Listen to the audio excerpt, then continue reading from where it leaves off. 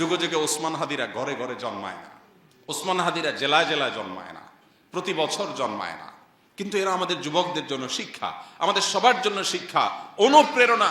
কিভাবে ক্ষুদ্র গণ্ডির ঊর্ধ্বে উঠতে হয়, কিভাবে ক্ষুদ্র চিন্তার বাইরে যেতে হয়, কিভাবে ভয়ের কালচারাল সংস্কৃতির দেয়ালকে, প্রাচীরকে ভেঙে দিতে হয়, এটা শেখানোর মতো মানুষ ঘরে ঘরে হয় না।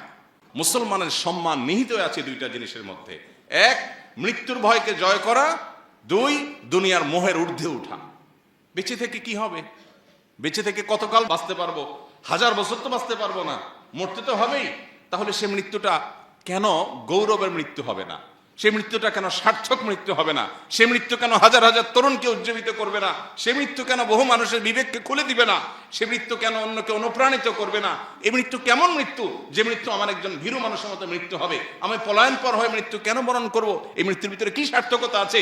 এই মৃত্যু তো সবাই বরণ করে, গরু ছাগলেরও তো মৃত্যু হয়। আমি মানুষ, আমি প্রাণী, আমি মুসলিম, আমি আল্লাহর নবীর উম্মত, আমি বড় বড় সাহাবীদের অনুসারী, অতএব আমার মৃত্যু তো অন্য 10 জনের মৃত্যু মতো হতে পারে না। আমি একজন আদর্শবাদী মুসলিম হতে হয়। আমার চোখে মুখে থাকবে দুনিয়া জয় করার স্বপ্ন, আমার চোখে মুখে থাকবে অন্যায়ের বিরুদ্ধে কথা বলার স্বপ্ন, মাজলুম মানুষের পক্ষে কথা বলার স্বপ্ন, অন্যায় অনাচারের বিরুদ্ধে কথা বলার স্বপ্ন। এটা যদি চোখে না থাকে, এই পুরুষত্বের দাম কি? এই মনুষ্যত্বের দাম কি? এই মুসলমানিত্বের দাম কি? এই তথাকথিত ঈমানের পরিচয় নামে অভিনয় করার দাম কি?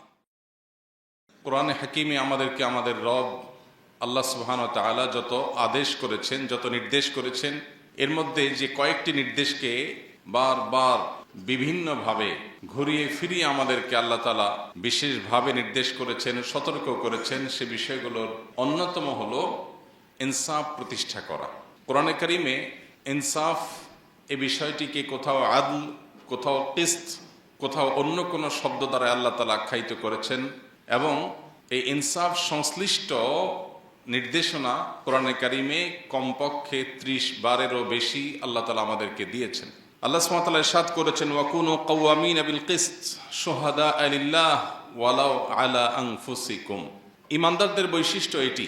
আল্লাহ তাআলা নির্দেশ করেছেন মুমিনদেরকে যে আমরা যেন ইনসাফ প্রতিষ্ঠাকারী হই, আমরা যেন ন্যায় এবং ন্যায্যতার পক্ষে সব সময় থাকি এবং সেটাকে সমাজে প্রতিষ্ঠিত করে ছাড়ি। এমনকি ন্যায় বা ইনসাফ প্রতিষ্ঠা করতে গিয়ে যদি নিজের বিরুদ্ধেও যায়, আমার গোষ্ঠীর বিরুদ্ধেও যায়, আমি একজন আলিম, কোনো আলিম অন্যায় করেছেন, আমি একজন মুসলিম, কোনো মুসলিম অন্যায় করেছেন, আমি কোনো একটা দলকে অনুসরণ করি, সে দলের মানুষজন অন্যায় করেছেন, নিজেদের বিরুদ্ধে গেলেও যেন আমরা ইনসাফের কথা বলি, আমরা যেন কখনো ইনসাফ থেকে বিচ্ছিত না হই, এই পরিষ্কার নির্দেশনা আল্লাহ তাআলা আমাদেরকে দিয়েছেন। আল্লাহ সুবহানাহু ওয়া তাআলা অন্য আয়াতে বলেছেন, ওয়ালা ইয়াজরিমান্নাকুম শানআনু কওমিন আলা আল্লা তা'দিলু ই'দিলু হুয়া আকরাবু লিত-তাকওয়া। যদি তোমার কোনো শত্রু, ভিন্ন মতাবলম্বী, তোমার মতের বিরুদ্ধের কোনো মানুষও যদি কোনো ইনসাফ এর হকদার হয়, তার ব্যাপারেও যদি তোমার কোনো অবস্থান নিতে হয়, খবরদার ব্যক্তিগত, আদর্শগত বা যে কোনো ধরনের শত্রুতার কারণে কোনো ব্যক্তির প্রতি তোমার দ্বারা যেন জুলুম না হয়। ইনসাফের কথা সবার বেলায় বলতে হবে, শত্রুর বেলায়ও। এমনকি ইনসাফের কথা বলতে গেলে যদি নিজের বিরুদ্ধেও যায়, নিজের বাবার বিরুদ্ধেও যায়, ভাইয়ের বিরুদ্ধেও যায়, তাহলেও এই সততার পরিচয় দিতে হবে। এটা হলো ঈমানের দাবি। দুঃখজনক হলেও সত্য, আজ আমরা যারা নিজেদেরকে ঈমানদার বা মুসলমান বলে পরিচয় দিতে প্রাউড ফিল করি, গর্ববোধ করি, আমরা বেশিরভাগ মানুষ এই জায়গায় আমরা আমাদের সততার পরিচয় দিতে পারি না। এই জায়গায় এসে আমাদের পা পিছলে যায়, এই জায়গায় এসে আমরা আমাদের ন্যায়নিষ্ঠতার জায়গা থেকে আমরা সরে যাই। অথচ আল্লাহ রাব্বুল আলামিনের কাছে প্রিয় পাত্র হওয়ার প্রয়োজনে, আখিরাতে নাজাতের প্রয়োজনে শুধু আমাদেরকে নামাজ পড়লে হবে না। নামাজের পাশাপাশি আমার সামগ্রিক জীবনে ইনসাফ সর্বত্র আমাকে প্রতিষ্ঠা করার সংগ্রাম, প্রচেষ্টা, এটা অব্যাহত রাখতে হবে। আমি যদি জুলুম করি, আমি যদি জুলুমের সমর্থক হই, আমি যদি জুলুমকে সহনীয় বিষয়ে পরিণত করি, আমি যদি জুলুমের ব্যাপারে সোচ্চার না হই, আমি যদি আমার ন্যূনতম দায়িত্বটুকুও পালন না করি, তো আল্লাহ রাব্বুল আলামিন আমাদেরকে সতর্ক করেছেন। আল্লাহ বলেছেন, ওয়ালা তারকানু ইলাল্লাযীনা যালামু ফাতামাসসাকুমুন নার। সমাজে যে সমস্ত জুলুম চলছে, অনাচার চলছে, অবিচার চলছে, অন্যায় চলছে, এই সমস্ত অন্যায় অবিচারে অনেকেই জুলুম এবং জালিমদের দিকে ঝুঁকে পড়েন, জুলুম এবং জালিমদের দিকে ঝুঁকে পড়েন, যেদিকে বাতাস সেদিকে ছাতা ধরেন। লম্বা একটা সময় আমরা দেখেছি আমাদের দেশে ধর্মকর্ম পালন করা এটাকে বাঁকা চোখে দেখা হতো। পশ্চিমারা যে ইসলামোফোবিয়া সমাজে সৃষ্টি করেছে, তৈরি করেছে, সেটার প্রভাবে আমাদের দেশেও শিক্ষা প্রতিষ্ঠানে, সরকারি বেসরকারি প্রতিষ্ঠানে, সমাজে সর্বত্র বিভিন্ন ক্ষেত্রে দায় টুপি পরা মানুষ, সৎ নেককার মানুষ, তাদেরকে পর্যন্ত কোণঠাসা করে রাখা হতো এবং মনে করা হতো এটাই স্বাভাবিক। নামাজি কালামে মানুষও এই জিনিসগুলোকে মেনে নিয়েছিল অনেকটা। হ্যাঁ, কিছু সংখ্যক মানুষ হয়তো অন্যায়ের বিরুদ্ধে চেষ্টা করেছেন লড়াই করবার। তো আল্লাহ রাব্বুল আলামিন সে বিষয়ে বলেছেন, ওয়ালা তারকানু ইলাল্লাযীনা যালামু ফাতামাসসাকুমুন নার। যারা জুলুম করেছে, যারা অন্যায় অবিচার করেছে, এই মানুষগুলোর দিকে তোমরা যদি ঝুঁকে পড়ো, অন্যায়কে মেনে নিলেন, ঠিক আছে এখন এটাই চলে, কি আর করা যাবে। অনেক নামাজি কালামি বাপ তার সন্তানকে এক সময় দাড়ি রাখতে উদ্বুদ্ধ করতেন না। তিনি নিজে দাড়ি রাখেন, দাড়ি রাখা মুসলমানের জন্য ওয়াজিব, আল্লাহ নবীর নির্দেশ তিনি জানেন এবং তিনি বিশ্বাস করেন, তিনি সেটাকে রেসপেক্ট করেন, তিনি মানতে চান। কিন্তু এটা করতে গেলে হেনস্থার শিকার হবে আমার ছেলে, এই জন্য ছেলেকে দাড়ি চাচতে অনেক বাবা বলতেন। তিনি মুসলিম হিসাবে আদর্শ মুসলিম হতে পারেন না যে আমি অন্যায়ের বিরুদ্ধে দাঁড়াবো, কথা বলবো, প্রতিবাদ করব, চেষ্টা করব। বেশিরভাগ মানুষ আমরা এরকম। হ্যাঁ, কিছু মানুষ, কিছু আল্লাহর বান্দা সব সময় অন্যায়ের বিরুদ্ধে সাধ্য অনুযায়ী লড়ে গেছে। তো আয়াত বলছে যারা জুলুম করে তাদের দিকে যদি তোমরা ঝুঁকে পড়ো দলীয় আনুগত্যের কারণে, অথবা ইমানের দুর্বলতার কারণে, অথবা মৃত্যু ভীতির যে সংস্কৃতি, এই সংস্কৃতির কারণে তোমরা যদি চাচা আপনা জান বাঁচাও এই মানসিকতা লালন করে জালিমদের দিকে ঝুঁকে পড়ো, ফাতামাসসাকুমুন নার, মনে রাখবে জাহান্নামের আগুন তোমাদেরকে স্পর্শ করবেই করবে। আল্লাহ ছাড়া কোনো অভিভাবক সাহায্যকারী সেদিন তোমরা পাবে না, সুম্মা লা তুনসারুন, এবং কেউ তোমাদের সাহায্যকারী হবে না, কেউ সাহায্য করবে না। আবু সাঈদ খুদরী রাদিয়াল্লাহু তাআলা আনহুর একটা প্রসিদ্ধ হাদিস আমরা অনেকে বারবার শুনেছি। তিনি বলেছেন, নবী করিম সাল্লাল্লাহু আলাইহি ওয়াসাল্লাম ইরশাদ করেছেন, আফদালুল জিহাদে কালিমাতু আদলিন ইনদা সুলতানিন জায়ের। সবচেয়ে উত্তম জিহাদ হলো অন্যায় অনাচারকারী শাসক ক্ষমতাধর মানুষের সামনে ন্যায় এবং ইনসাফের কথা বলা। এটা আজ সমাজ থেকে হারিয়ে গেছে। আমরা প্রত্যেকটা মানুষ এখন সেলফিশ। আমরা প্রত্যেকটা মানুষ, এমনকি ধার্মিক মানুষও আছেন অনেকে তাহাজ্জুদ গুজার, কিন্তু তিনি আত্মকেন্দ্রিক, তিনি স্বার্থপর, তিনি নিজের জান বাঁচানোতে বিশ্বাস। শহুরে জীবনে এটা তো আরো ভয়ঙ্কর। চোখের সামনে খুন হচ্ছে, যার যাচ্ছে সে বুঝুক, আমি আমার জান বাঁচায় চলে যাই, আমি ওই ঝামেলায় যেতে চাই না। বেশিরভাগ মানুষ আমরা এই মেন্টালিটির। চোখের সামনে ছিনতাই হচ্ছে, 5 জন মানুষ একটু জোরে ধমক দিলেই ছিনতাইকারী পালায় যায়, কিন্তু ওখানে গিয়ে আমি যদি কোনো ঝামেলায় পড়ি, আমি আমার জান বাঁচাই। আমরা ভোর রাতে অনেকে উঠে তাহাজ্জুদের নামাজ পড়ি, অনেক বড় ফজিলতপূর্ণ কাজ। শীতের বিরুদ্ধে সংগ্রাম করে তাহাজ্জুদ পড়া 4টিখানি কথা না, সবার কপালে নসিব হয় না। অনেকে কষ্ট করে ক্ষুধার্ত থেকে নফল রোজা রাখি আমরা, এটাও অনেক কষ্টসাধ্য কাজ। অনেকে নিজের প্রাণের অনেক পছন্দের জিনিসপত্র আল্লাহর রাহে দান করেন, অনেক কষ্ট করে কামাই করা, উপার্জন করা অর্থ করি আমরা আল্লাহর রাস্তায় দান করি, এটাও কষ্টের কাজ। কিন্তু সেই মানুষগুলো আমরা অন্যায় অনাচারের বিরুদ্ধে দাঁড়ানো, কথা বলা, ভূমিকা রাখা, এটাও যে একটা ইবাদতের কাজ। কোনো কোনো ক্ষেত্রে আমার ওই তাহাজ্জুদের চাইতে বেশি ফজিলতের বিষয়, আমার দানের চাইতে বেশি সওয়াবের বিষয়, আমার অন্যান্য ইবাদতের চাইতেও আল্লাহকে বেশি সন্তুষ্ট করবে এমন বিষয়, এটা আমরা ঘুণাক্ষরেও মনে রাখি না, বরং ভুলে গেছি। কালচারটাই এমন ভাবে প্রতিষ্ঠিত হয়েছে, ভোগবাদী এই পৃথিবী আমাদেরকে এমন শিক্ষা দিয়েছে যে আমাদেরকে ভয়ের সংস্কৃতি ধারণ করতে হবে, লালন করতে হবে, নিজের জীবন বাঁচাতে হবে। জীবন বাঁচায় যদ্দূর সম্ভব ইদ্দূর করলাম। আর বেশিরভাগ ক্ষেত্রে অন্যায় অনাচার এগুলোর বিরুদ্ধাচরণ, ইনসাফ এর পক্ষে কথা বলা, অবস্থান নেওয়া, এই বিষয়গুলোকে আমরা ভুলে গেছি। অথচ নবী করিম সাল্লাল্লাহু আলাইহি সাল্লামের সে হাদিস আমাদের কার না জানা। আমরা কে এই হাদিসটি না শুনেছি, যে হাদিসটিতে নবীজি বলেছেন, মান রাআ মিনকুম মুনকারান ফালইয়ুগাইয়িরহু বিয়াদিহি। তোমাদের কেউ যদি কোনো অন্যায় দেখে, সে যেন তার হাত দিয়ে সে অন্যায়কে পরিবর্তন করে দেয়। আর যদি সেটা করতে সক্ষম না হয়, তাহলে সে যেন তার মুখ দ্বারা অন্যায়ের বিরুদ্ধে বলে, সফটলি, নম্রতার সাথে, কোমলতার সাথেও যেন অন্যায়ের বিরুদ্ধে বলে। আর যদি সেটাও করতে না পারে, অন্তত অন্তর থেকে এই অন্যায় পরিবর্তন করবার চিন্তা, সংকল্প, পরিকল্পনা, নিয়ত, এর প্রতি ঘৃণা, এগুলো যেন অন্তত লালন করে। এটুকু হলো ইমানের সর্বনিম্ন স্তর।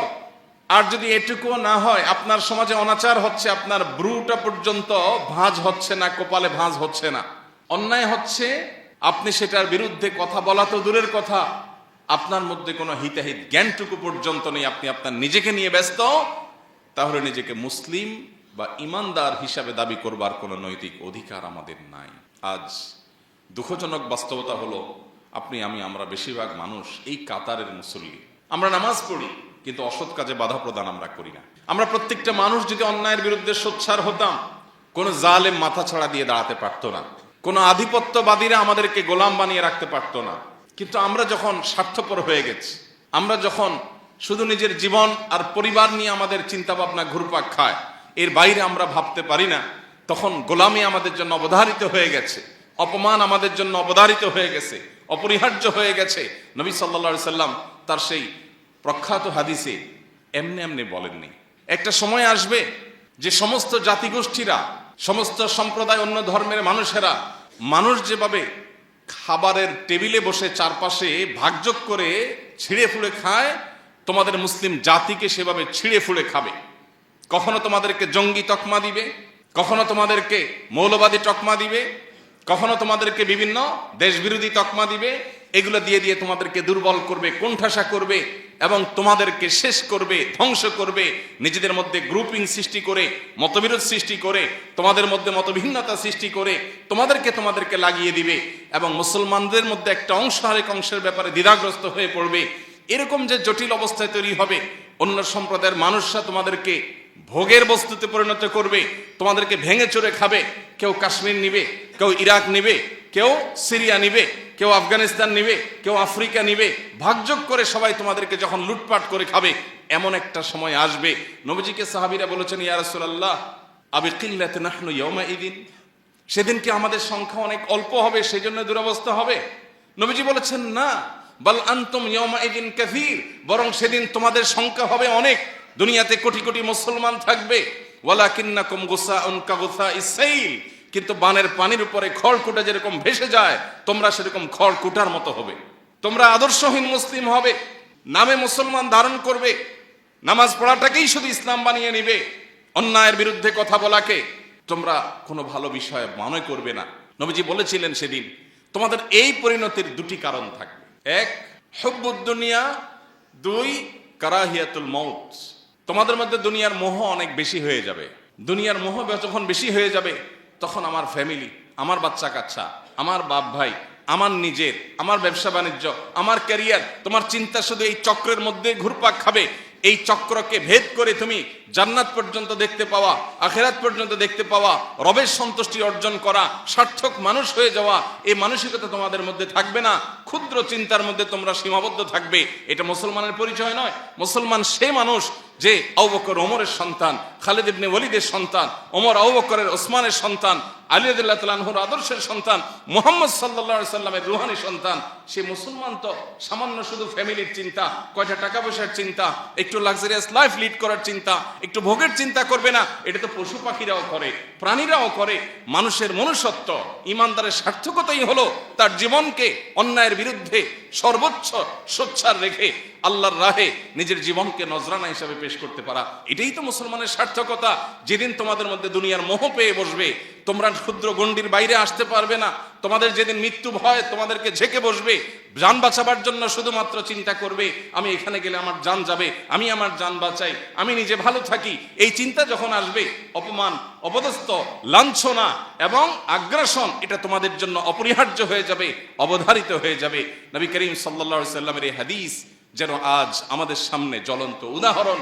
আজ প্রত্যেকটা মুসলমান আমরা নামাজ পড়তে রাজি আছি, রোজা করতে রাখতে রাজি আছি, দান সাদাকা করতে রাজি আছি, সুবহানাল্লাহ আলহামদুলিল্লাহ পড়তে রাজি আছি, তাসবিহাত পড়তে আমরা রাজি আছি।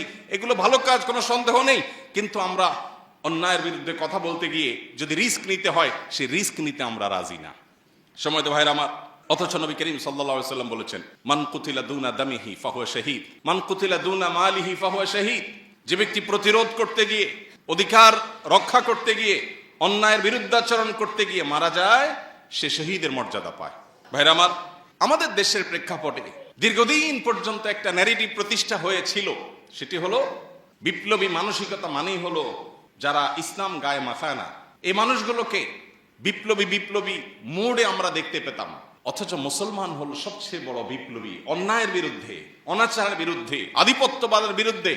এই ভারতবর্ষ থেকে আধিপত্যবাদীদের, সাম্রাজ্যবাদীদের খেদাও আন্দোলনে কি ভূমিকা ছিল মুসলিমদের, ওলামা একরামের নেতৃত্ব ছিল, আমরা সেই ইতিহাস ভুলে গেছি। প্রিয় ভাইরা আমার, সময় এসেছে আমাদেরকে নতুন করে ভাববার, আল্লাহ রাব্বুল আলামিনের রাহে নিজের জীবনকে কোরবান করার জন্য মানসিকভাবে প্রস্তুত হওয়ার। আল্লাহ আমাদের সবাইকে তৌফিক দান করুন। ইমানদার কখনো স্বার্থপর হতে পারে না, ইমানদার কখনো সীমাবদ্ধ গণ্ডির মধ্যে চিন্তা করতে পারে না, বরং এটা অতিক্রম করতে পারা ইমানদারের সার্থকতা। মুহতারাম হাজিরিন, আজ বড় বেশি প্রয়োজন সেই সাহাবায়ে কেরামের চেতনার। নবী সাল্লাল্লাহু আলাইহি সাল্লাম যে চিত্র অঙ্কন করেছেন মুসলমানের, সেই চিত্রের বাস্তব উদাহরণ হতে পারে এরকম কিছু মুসলমানের। এরকম কিছু মুসলমান যদি আজ পৃথিবীতে তৈরি হয়, তাহলে আবারও মুসলিমের সে গৌরব, মুসলমানদের সে শৌর্যবীর্য, মুসলমানদের সে ঐতিহ্য, সেটা আবারও উদ্ধার করা সম্ভব। এবং সবচেয়ে বড় কথা হলো, আল্লাহ রাব্বুল আলামিনের কাছে আমার প্রিয় পাত্র হওয়া, আমার আখিরাতকে নিজের করে নেওয়ার এর চেয়ে শর্টকাট এবং সংক্ষিপ্ত কোনো উপায় নাই। যে ব্যক্তি তার জীবনের মায়া ত্যাগ করে, তার কাছে দুনিয়ার মোহ কোনো বিষয়।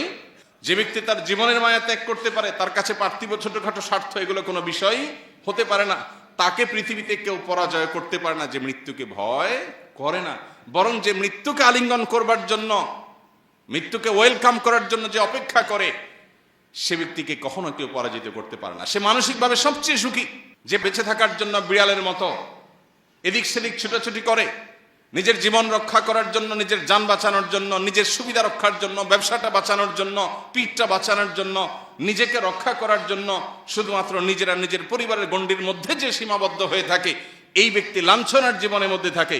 সে হয়তো হালুয়া রুটি খেয়ে বেঁচে থাকে, সে হয়তো ভালো দিনাতিপাত করে, কিন্তু মানসিকভাবে সে কখনো একজন স্বাধীন, একজন বিজয়ী মানুষের মানসিকতা নিয়ে ধারণ করতে পারে না, জীবন লালন করতে পারে না।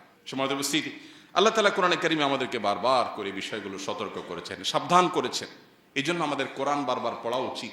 কোরআনের প্রতিটা পৃষ্ঠার প্রতিটা লাইন আমাদের জীবনে গুরুত্বপূর্ণ পরিবর্তন আনতে ভূমিকা রাখে। আমরা যদি কোরআন পড়ি, কোরআন বোঝার চেষ্টা করি, কোরআনের প্রত্যেকটা শব্দ হরফ থেকে পাওয়া বার্তা যদি আমাদের জীবন ধারণ করতে পারি, শুধু আখিরাত নয়, দুনিয়ার জীবন আমাদের সোনার জীবনে পরিণত হবে ইনশাআল্লাহ। আজকের পৃথিবী সফলতার যে সংজ্ঞা দাঁড় করিয়েছে, আজকের পৃথিবী সার্থকতার যে সংজ্ঞা দাঁড় করিয়েছে, যে ডেফিনিশন স্থির করে দিয়েছে, এটাকে বদলে দিয়েছে কোরআন, এটাকে পরিবর্তন করে দিয়েছে কোরআন। ভোগের মধ্যে নয়, ত্যাগের মধ্যেই সার্থকতা। বিড়ালের মতো শুধুমাত্র যান বাঁচানোর চিন্তা করার মধ্যেই কোনো সফলতা নয়, সুখ নয়। সুখ প্রকৃত অর্থে রিস্ক নিয়ে জীবন বাজি রেখে অন্যায়ের বিরুদ্ধে কথা বলার মধ্যেই নিহিত আছে। সে জীবনে জীবন, যে জীবন বাঘের মতো অল্প সময় বেঁচে থাকে, বিড়ালের মতো বছরকে বছর যুগ যুগ ধরে বেঁচে থাকার নাম জীবন না, এটার নাম লাঞ্ছনা, এটার নাম অপমান। যে অপমান শুধু আখিরাতেই হবে না, এই অপমান দুনিয়াতেই হবে, আমাদের চোখের সামনে আমরা দেখতে পাচ্ছি। মুহতারাম হাজিরিন, আল্লাহ রাব্বুল আলামিন বলেছেন, কুল্লু নাফসিন যায়িকাতুল মাউত। প্রতিটা প্রাণীকে মৃত্যু স্বাদ আস্বাদন করতে হবে, প্রতিটা প্রাণীকে মারা যেতে হবে। কোন প্রাণী মৃত্যুর স্বাদ আস্বাদন করা ছাড়া পৃথিবী থেকে যেতে পারবে না, বা আজীবন পৃথিবীতে টিকে থাকতে পারবে না। মৃত্যু যখন অবধারিত, তাহলে বীরের মতো মৃত্যু, সার্থকতার মৃত্যু, অন্যায়ের বিরুদ্ধে অবস্থান নিতে গিয়ে মৃত্যু, এর চাইতে সফলতা, এর চেয়ে সার্থকতা আর কি হতে পারে? আল্লাহ রাব্বুল আলামিন আমাদের সবাইকে শাহাদাতের তামান্না অন্তরে লালন করার তৌফিক দান করুন। শাহাদাত তো অনেক পরের বিষয়। আমরা যদি আমাদের সমাজে প্রচলিত অনাচারগুলোর বিরুদ্ধে অন্তত চিন্তা ভাবনা শুরু করি, সব জায়গায় হয়তো আমাকে বৈপ্লবিক ভূমিকা রাখতে হবে না, আমি যদি অন্তত নাহি আনিল মুনকার, অসৎ কাজে বাধা প্রদান করার এই কাজটা শুরুটাও করতে পারি, তাহলেও আমি একজন মুমিন হিসাবে, ইমানদার হিসাবে এটা আমার সার্থকতার বিষয় হবে। আল্লাহ সুবহানাহু ওয়া তাআলা আমাদেরকে বড় বেশি ভালোবাসেন। আমরা আল্লাহ তাআলার প্রিয় হাবিব মুহাম্মদ সাল্লাল্লাহু আলাইহি সাল্লামের আদরের উম্মত, তার সবচেয়ে শ্রেষ্ঠ খলিল, তার বন্ধু, তার সবচেয়ে আপন মানুষটার, আপন সৃষ্টিটার আমরা উম্মত, তার পরিবারের সদস্য। যার কারণে আল্লাহ আমাদেরকে অনেক বেশি ভালোবাসেন। পৃথিবীর ইতিহাসে যত জাতিগোষ্ঠী এসেছে, যত সম্প্রদায় এসেছে, সবার মধ্যে উম্মতে মুহাম্মদী আল্লাহর কাছে স্পেশাল। আল্লাহ এদেরকে বিশেষভাবে তৈরি করেছেন এবং পছন্দ করেন। আল্লাহ বলেছেন, কুনতুম খায়রা উম্মাহ, তোমরা শ্রেষ্ঠ সম্প্রদায় হয়েছ, তোমরা শ্রেষ্ঠ সম্প্রদায়, শ্রেষ্ঠ উম্মাহ হয়েছ। কারণ উখরিজাত লিন-নাস, তোমরা ফ্যামিলির এবং নিজের স্বার্থের এই গণ্ডির মধ্যে, চক্রের মধ্যেই শুধুমাত্র ঘুরপাক খাবে, এটা তোমাদের সাথে যায় না, মানায় না। উখরিজাত লিন্নাস, তোমাদেরকে সৃষ্টি করা হয়েছে মানুষের জন্য। আমি সৃষ্টি হয়েছি কার জন্য? আমি শুধু আমার ফ্যামিলি চিন্তা করব। একটা অনাচার হবে, কোনো মানুষ জুলুমের শিকার হবে, সমাজে কোনো অনাচার এস্টাবলিশড হবে, অন্যায় চলবে, আমি সেটা মেনে নিব না। সবসময় হয়তো আমি হাত দিয়ে বাজাই দিতে পারবো না, অন্তত আমার এটার বিরুদ্ধে অবস্থান নিতে হবে, ভূমিকা রাখতে হবে। সেটা হোক আমার প্রিয়জনের বিরুদ্ধে, হোক আমার এলাকার মানুষের বিরুদ্ধে, হোক আমার বন্ধুর বিরুদ্ধে, আমাকে ইনসাফ প্রতিষ্ঠা করতে হবে। বেইনসাফ করা মানুষ কখনো মুসলমান হতে পারে না, অসম্ভব। কিন্তু আজ বেইনসাফি রন্ধ্রে রন্ধ্রে আমাদের, সামান্য একটু স্বার্থের জন্য, চক্ষু লজ্জার খাতির আমরা অন্যায় করি। আল্লাহ বলেছেন, কুনতুম খায়রা উম্মাতিন উখরিজাত লিন্নাস, আমাদের সৃষ্টি করা হয়েছে, বের করা হয়েছে মানুষের জন্য, মানুষের কল্যাণে কাজ করব। তা'মুরুনা বিল মা'রুফ ওয়া তানহাউনা আনিল মুনকার ওয়া তু'মিনুনা বিল্লাহ, সৎ কাজের আদেশ, অসৎ কাজে বাধা প্রদান করা, এটা আমাদের দায়িত্ব। আল্লাহ আমাদের সবাইকে দায়িত্ব যথাযথভাবে পালন করার তৌফিক দান করুন। মুহতারাম হাজরিন, মৃত্যু তো অবধারিতই। আল্লাহ বলেছেন, কুল ইন্নাল মাউতাল্লাযী তাফিররুনা মিনহু ফাইন্নাহু মুলাকীকুম, যে মৃত্যু থেকে পলায়ন করার জন্য চেষ্টা করছো, তোমরা যে মৃত্যু থেকে রক্ষা পাওয়ার জন্য পালিয়ে বেড়াও, এখানে না ওখানে, ওখানে গেলে মনে হয় বাঁচবো, এটা করলে মনে হয় বাঁচবো, এটা বললে মনে হয় বাঁচবো না, এই বাঁচার জন্য তোমাদের যে প্রাণান্তকর প্রচেষ্টা, তোমাদের যে পলায়ন পর মানসিকতা, মনে রাখবে সে মৃত্যু তোমাদের সাথে সাক্ষাৎ করবে। শব্দটা লক্ষণীয়, ফাইন্নাহু মুলাকীকুম। আল্লাহ বলেন নাই যে তোমরা যখন পলায়ন করবে মৃত্যু তোমাদের পিছন থেকে এসে ধরবে, সেটা বলেন নাই। মুলাকীকুম বলেছেন মৃত্যু তোমাদের সামনে থেকে এসে সাক্ষাৎ করবে। তুমি যেদিকে যাচ্ছ পলায়ন করতে, ওই দিক থেকে মৃত্যু আসবে তোমাকে সাক্ষাৎ করার জন্য, এড়াতে পারবে না। মৃত্যু যখন অবধারিত, তাহলে সেটা শিয়ালের মৃত্যু কেন হবে? বাঘের মৃত্যুই হওয়া উচিত। আল্লাহর কাছে তামান্না থাকতেই হবে ইমানদারের, যে আল্লাহ মৃত্যু যখন হবেই, মরবই যখন, আমি যেন অন্যায়ের বিরুদ্ধে কথা বলতে গিয়ে, কাজ করতে গিয়ে মরি, এটাই তো সার্থকতার মৃত্যু। আমি ভীরু মানুষের মতো মৃত্যুবরণ করতে পারি না। নবী সাল্লাল্লাহু আলাইহি সাল্লাম আল্লাহর কাছে পানাহ চেয়েছেন, আল্লাহুম্মা ইন্নী আউযু বিকা মিনাল বুখলি ওয়াল জুবন, আল্লাহ আপনার কাছে আমি কৃপণতা থেকে, ভীরুতা থেকে পানাহ চাই। আমি যেন ভীরু হয়ে না পড়ি, আমি যেন হীনমন্য হয়ে না পড়ি, আমি যেন ভীত সন্ত্রস্ত না হই। আজ আমাদের সমাজে মুসলমানদের মধ্যে ভয়ের সংস্কৃতি সৃষ্টি হয়ে গেছে। ভয়ের সংস্কৃতি সৃষ্টি হয়েছে না হয়নি? আজ শরীফ ওসমান হাদির মতো কিছু তরুণ, তারা আমাদেরকে ভয়ের সংস্কৃতি ভাঙতে শিখিয়েছে। তারা শিখিয়েছে কিভাবে ভয়কে জয় করতে হয়। আপনার আমার অনেকের মতো তারও একটা ছোট্ট বাচ্চা আছে, মায়া আছে, এবং সে জানতো সে যে পথে পা বাড়িয়েছে, এই পথে মৃত্যু অবধারিত, সেটার জন্য প্রস্তুত ছিল, আগে থেকে ঘোষণা দিয়েছে, পরিচিত ভাই ব্রাদারকে বলে গেছে, আমি মরে গেলে আমার বাচ্চাদের দিকে খেয়াল রাখিও, জাস্ট ইট, আর আল্লাহ খেয়াল রাখবেন, যথেষ্ট। বহু লেবাসধারী ধার্মিকের চাইতে, বহু লেবাসধারী তথাকথিত আলিমের চাইতে এই ধরনের তরুণরা আমাদের ক্ষেত্রে, আমাদের জন্য এই ক্ষেত্রে অন্তত উত্তম উদাহরণ। সমকালীন জীবনে বা সমসাময়িক সময়ে নিজের অবশ্যম্ভাবী অপরিহার্য পরিণতির কথা জানার পরও এইভাবে সাহসিকতার পরিচয় দেওয়া, মৃত্যু ভয়কে জয় করা এবং ভয়ের সংস্কৃতিকে ভাঙার উজ্জ্বল উদাহরণ তার চাইতে আর ভালো কাউকে খুঁজে পাওয়া যায় না। মানুষ যখন নিশ্চিত হয়ে যায় তার বিপদ আসছে, সে সাবধান হয়ে যায়। সাবধান সেও ছিল, কিন্তু অনেকে আছেন সাবধানতা নয় বরং গা বাঁচানোর চেষ্টা করে। ঠিক আছে, জান বাঁচতে বহুত কিছু করতে পারবো, আরে জান বাঁচায় রেখে কি করবো যে জান দিয়ে কিছু করতে পারবো না? জানটা বেঁচে থাকাটা কি জন্য? আল্লাহকে সন্তুষ্ট করার জন্য, আল্লাহকে খুশি করার জন্য। আল্লাহ রাব্বুল আলামিন আমাদেরকে এখান থেকে শিক্ষা গ্রহণ করার তৌফিক দান করুন। আজকে আমাদের যে তরুণ সমাজ আছেন, তরুণ সমাজের বড় অংশকে ভোগবাদী পৃথিবী শুধু ভোগ শিখিয়েছে। এখন তারুণ্যের বড় অংশ তারা খেলাধুলা দেখে এবং সেখানে কোনো খেলোয়াড়ের গোল দেওয়া দেখে সে উজ্জীবিত হয়ে যায়, সে উত্তেজিত হয়ে যায়। তার পছন্দের দল হেরে যাওয়া দেখে সে মুষড়ে পড়ে, ভেঙে পড়ে, মন খারাপ করে, সে চোখের পানি ফেলে দেয়, কেঁদে দেয়। মুসলমানের সন্তান, সে জানে না এটা তার পরিচয় না, এটা তার সার্থকতা না। সে সাম্রাজ্যবাদীদের, সে আধিপত্যবাদীদের, সে পৃথিবীর মাস্তানদের টুলে পরিণত হয়েছে। তারা তাকে ব্যবহার করছে, ক্রীড়ানক বানিয়েছে। আজ কোন মুসলিম তরুণ সে সকল বাধার প্রাচীর ডিঙিয়ে, সকল প্রটোকল ভেঙে দিয়ে সে যদি কোনো খেলার মাঠে দর্শক গ্যালারি থেকে একবারে মাঠে গিয়ে খেলোয়াড়কে জড়িয়ে ধরে, মনে করা হয় বাহ, সে কি জয় করেছে। অথচ মুসলমান তো খালিদ বিন ওয়ালিদের সন্তান, ওমর আবু বকরের সন্তান, ওসমান আলীর সন্তান, আব্দুল ইবনে ওমরের সন্তান রিদওয়ানুল্লাহি তাআলা আলাইহিম আজমাইন। তারা আমাদেরকে শিখিয়েছেন কিভাবে ইনসাফের জন্য সংগ্রাম করতে হয়, লড়াই করতে হয়, পৃথিবীর মানুষকে সত্যের পথে আনবার জন্য লড়াই করতে হয়, কিভাবে নিজের ভোগবাদিতাকে পায়ের নিচে পিষ্ট করতে হয়। এই শিক্ষা তারা দিয়ে গেছেন। এই জন্য পৃথিবীকে তারা শাসন করেছে, পৃথিবী তাদের পায়ের নিচে এসেছে।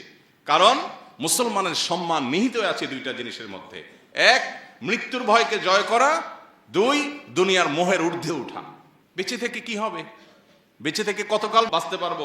1000 বছর তো বাঁচতে পারবো না, মরতে তো হবেই। তাহলে সে মৃত্যুটা কেন গৌরবের মৃত্যু হবে না? সে মৃত্যুটা কেন সার্থক মৃত্যু হবে না?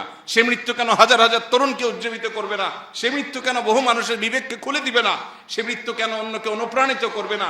এই মৃত্যু কেমন মৃত্যু? যে মৃত্যু আমার একজন ভীরু মানুষের মতো মৃত্যু হবে। আমি পলায়ন পর হয়ে মৃত্যু কেন বরণ করব? এই মৃত্যুর ভিতরে কি সার্থকতা আছে?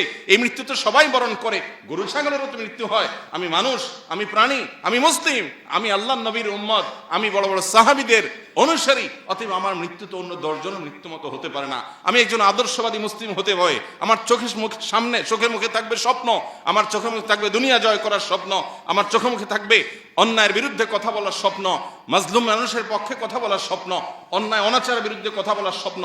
এটা যদি চোখে না থাকে, এই পুরুষত্বের দাম কি? এই মনুষ্যত্বের দাম কি? এই মুসলমানিত্বের দাম কি? এই তথাকথিত ঈমানের পরিচয় নামে অভিনয় করার দাম কি? প্রিয় ভাইরা আমার, আল্লাহ রাব্বুল আলামিন আমাকে, আপনাকে, আমাদের সবাইকে এই যে দুনিয়ার মোহ আর মৃত্যু ভীতি, এই দুইটা জিনিসকে জয় করার তৌফিক দান করুন। আমাদের যাবতীয় সম্মান, আমাদের যাবতীয় ঐতিহ্য, আমাদের যাবতীয় মর্যাদা, এই দুটি বিষয়কে জয় করার মধ্যে নিহিত আছে। আল্লাহ রাব্বুল আলামিন ওসমান হাদিকে শাহাদাতের সর্বোচ্চ মাকাম দান করেন।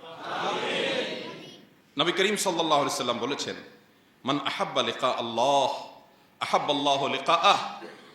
যে ব্যক্তি আল্লাহর সঙ্গে সাক্ষাৎ করাকে পছন্দ করে, যে আল্লাহর সাথে দেখা করার জন্য অপেক্ষমান থাকে, যে কখন মৃত্যু হবে আর আল্লাহর সাথে সাক্ষাৎ হবে, নবীজির সাথে সাক্ষাৎ হবে, জান্নাতে যেতে পারবে, এই আকুলতা যার অন্তরে লালন করে, স্বয়ং আল্লাহ তার সঙ্গে সাক্ষাৎ করাকে পছন্দ করেন। স্বয়ং আল্লাহ তার সাক্ষাতের প্রত্যাশী বা সাক্ষাৎ ভালোবাসেন, পছন্দ করেন।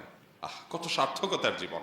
নবী করিম সাল্লাল্লাহু আলাইহি সাল্লামের জীবনের শেষ মুহূর্তে যখন তার দুনিয়া থেকে বিদায় নেওয়ার সময় ক্ষণ ঘনিয়ে এসেছিল, তখন তিনি বলেছিলেন, আর রফিক আল আলা, আর রফিক আল আলা, অর্থাৎ মহান বন্ধুর সান্নিধ্য আমি আশা করছি, কামনা করছি, চাই, প্রত্যাশা করছি।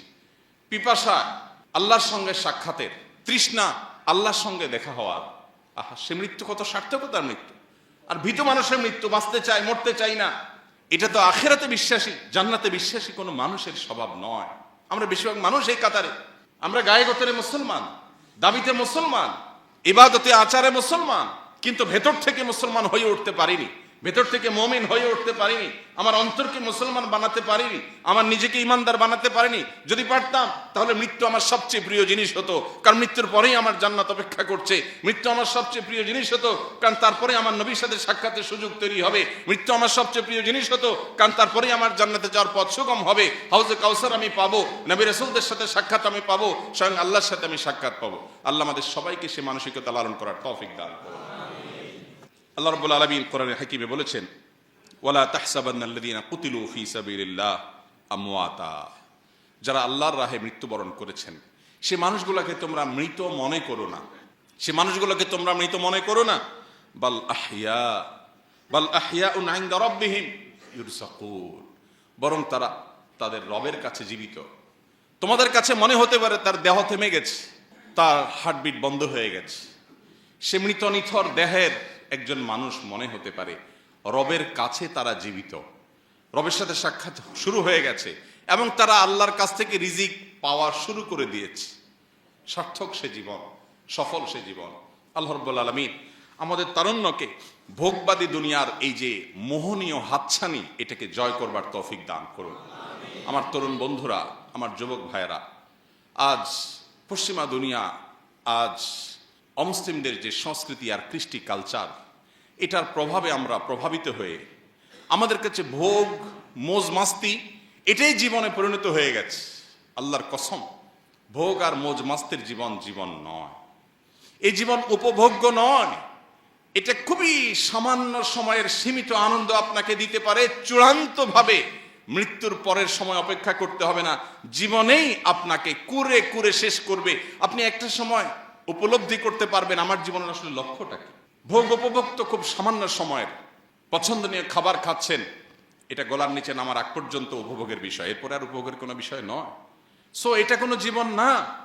জীবন হলো সংগ্রামের জীবন, জীবন হলো ন্যায়নিষ্ঠতার জীবন, জীবন হলো আল্লাহর দাসত্বের জীবন, জীবন হলো আল্লাহর গোলামের জীবন, জীবন হলো প্রকৃত অর্থে আল্লাহর সামনে নিজেকে সঁপে দেওয়ার জীবন। জীবন হলো ত্যাগের নাম, জীবন ভোগের নাম না। জীবন হলো স্যাক্রিফাইসের নাম, জীবন উপভোগের নাম না।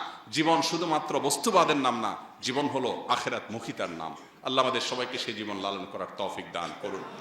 যুগে যুগে ওসমান হাদিরা ঘরে ঘরে জন্মায় না, ওসমান হাদিরা জেলায় জেলায় জন্মায় না, প্রতি বছর জন্মায় না, কিন্তু এরা আমাদের যুবকদের জন্য শিক্ষা, আমাদের সবার জন্য শিক্ষা, অনুপ্রেরণা।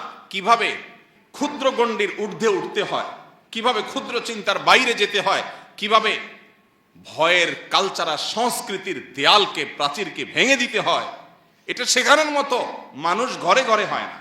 আল্লাহ তাআলা আমাদেরকে শিক্ষা গ্রহণের তৌফিক দান করুন।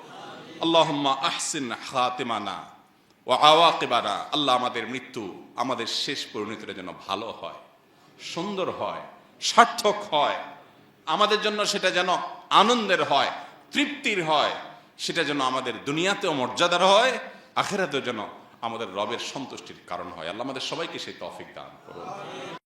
আস-সুন্নাহ ফাউন্ডেশন, উম্মার স্বার্থে সুন্নাহর সাথে।